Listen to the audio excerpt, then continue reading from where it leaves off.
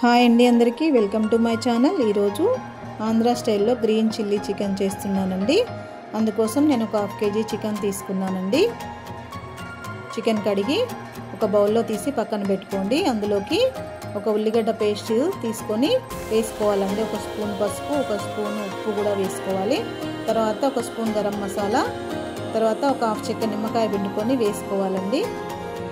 తర్వాత ఒక పచ్చిమిర్చి కట్ చేసి వేసుకున్నానండి నేను.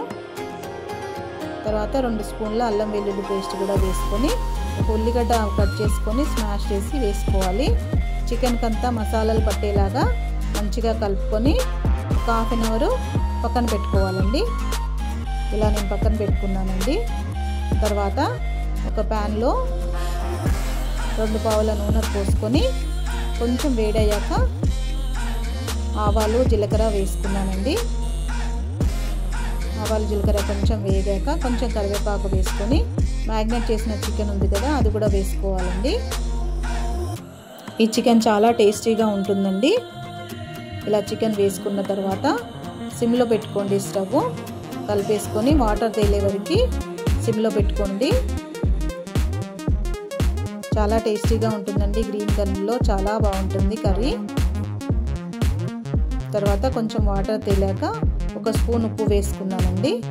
ఇలా కారం ఏం వేసుకోవద్దండి. పచ్చిమిర్చిలో ఒక 5 తీసుకొని ఒక చిన్న కట్ట కొత్తిమీర కూడా మిక్సీ పట్టేసుకొని ఆ పేస్ట్ని ఈ చికెన్లో వేసుకోవాలి.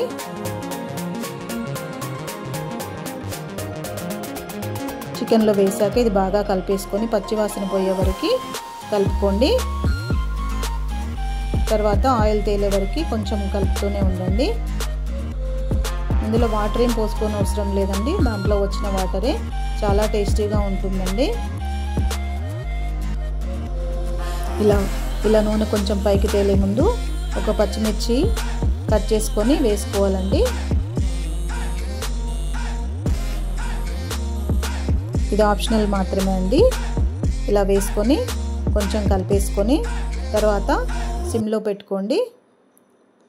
చాలా టేస్టీగా ఉంటుందండి. అందరూ సబ్స్క్రైబ్ చేసుకోండి, లైక్ చేయండి, షేర్ చేయండి. తర్వాత లాస్ట్లో కొత్తిమీర వేసుకొని దింపేసుకోండి. థ్యాంక్ యూ అండి.